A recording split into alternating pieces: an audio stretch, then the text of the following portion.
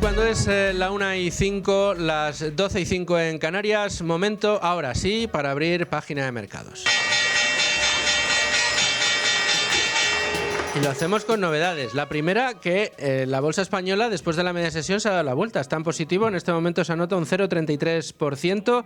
Cotiza en 14.752 puntos, mandando en este caso compañías importantes como Puig Brands, que es una de las que más sube hasta ahora, un 2,43%, IAG un 2,24% y ArcelorMittal un 2,22%.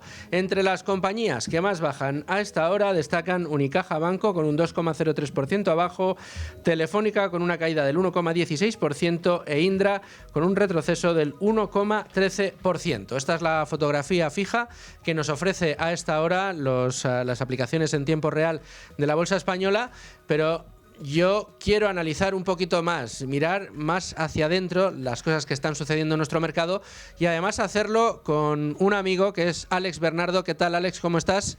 ¿Qué tal, Luisfer? Un gusto. Se estrena como nuevo fichaje para el análisis bursátil con ánimo de lucro. Él es miembro de la comunidad LWS Academy y LWS Research, que estáis todos los días metidos en mercado viendo las cosas que están pasando en la bolsa y que nos va a ayudar semana tras semana a pues analizar un poco los movimientos que estamos observando en bolsa.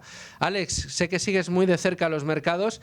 ¿Qué te parece el comportamiento que está teniendo el IBEX 35, que tocó los 15.300 la semana pasada y ha tenido ahora muchos días de recogidas de beneficio, quizá algo de cautela en los mercados después de tocar máximos, consolidar posiciones y que se nos ha caído hasta los 14.700?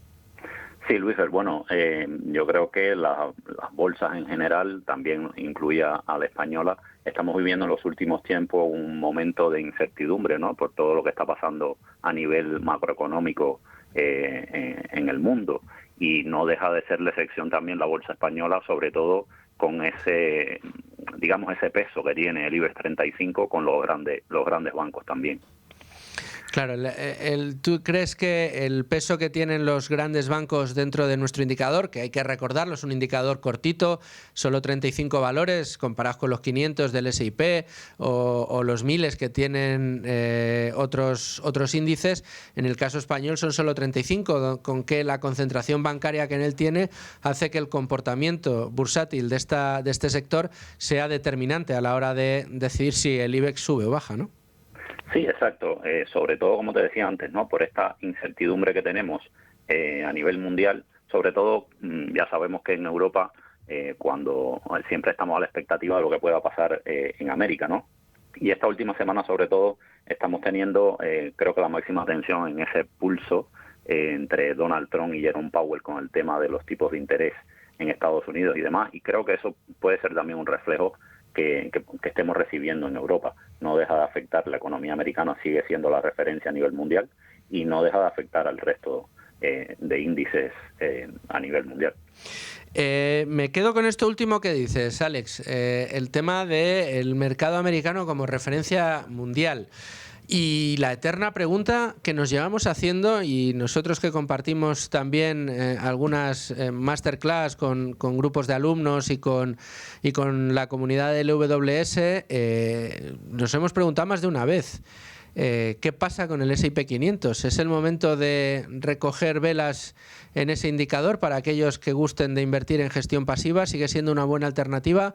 ¿O los precios y los múltiplos a los que continúa cotizando pese a la incertidumbre que hay en el mercado nos habla de que podemos seguir invirtiendo en él?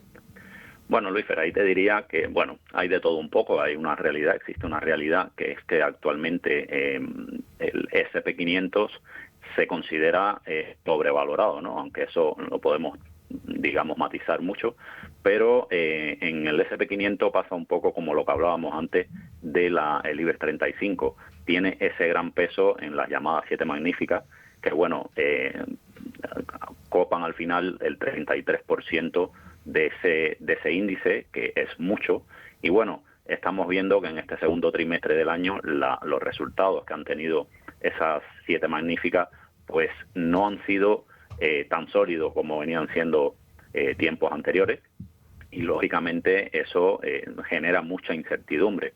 Pero no solo en ese sentido que las 7 magníficas son las más sobrevaloradas, sino que es que, digamos, esas otras 493 empresas que no entran en esa, que son las no magníficas, por decirlo de alguna manera, también están generando pues una sobrevaloración.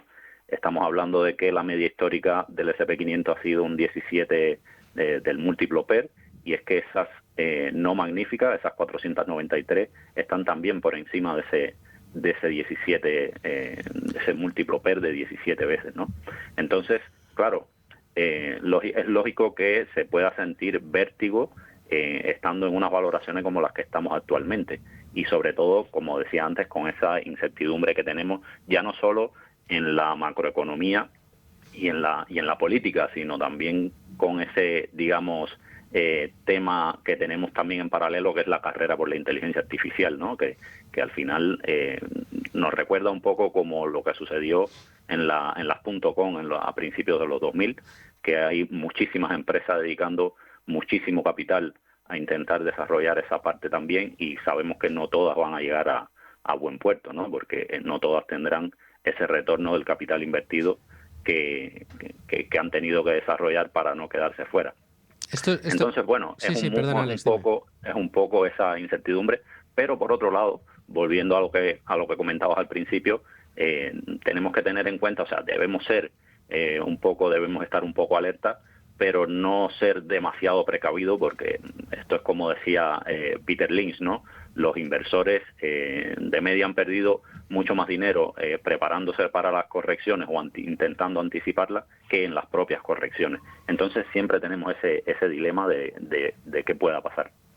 Desde luego que sí. Aparte, escuchaba el otro día un análisis donde nos recordaban que cuando las veces que históricamente el IBEX 35, perdón, el S&P 500 ha estado cotizando por encima de 23 veces beneficios, aquellos que invirtieron en ese momento tardaron más de 10 años en recuperar su inversión. Y ahora está, creo que en 26 veces beneficios cotizando el S&P 500, con lo cual habla de una situación delicada. Pero como bien dices, y como bien recordabas de Peter Lynch, al final nadie tiene una bola de cristal ni sabe qué va a hacer el mercado, porque como también nos ha recordado y en estos micrófonos Emérito Quintana, lo que sí sabemos es que a día de hoy, desde luego, las compañías que mandan en el mundo, las que están a la vanguardia de la innovación, de la tecnología, del progreso y de los avances, son las compañías norteamericanas, con lo cual, bueno, pues parece que, en fin, hay desde luego elementos de análisis y hay argumentos para cualquier perfil de riesgo. Pero vámonos con otro valor que nos queda, bueno, no nos queda tiempo más que para despedirte, Alex, acabo de mirar el reloj y no tenemos tiempo para más, pero otro día te voy a preguntar por el oro y por el Bitcoin, que quiero saber también tu opinión. Alex Bernardo, miembro de LWS Academy y LWS Research, muchísimas gracias por prestarnos tu análisis bursátil aquí en Con Ánimo de Lucro. Gracias a vosotros, Lifer. Hasta luego.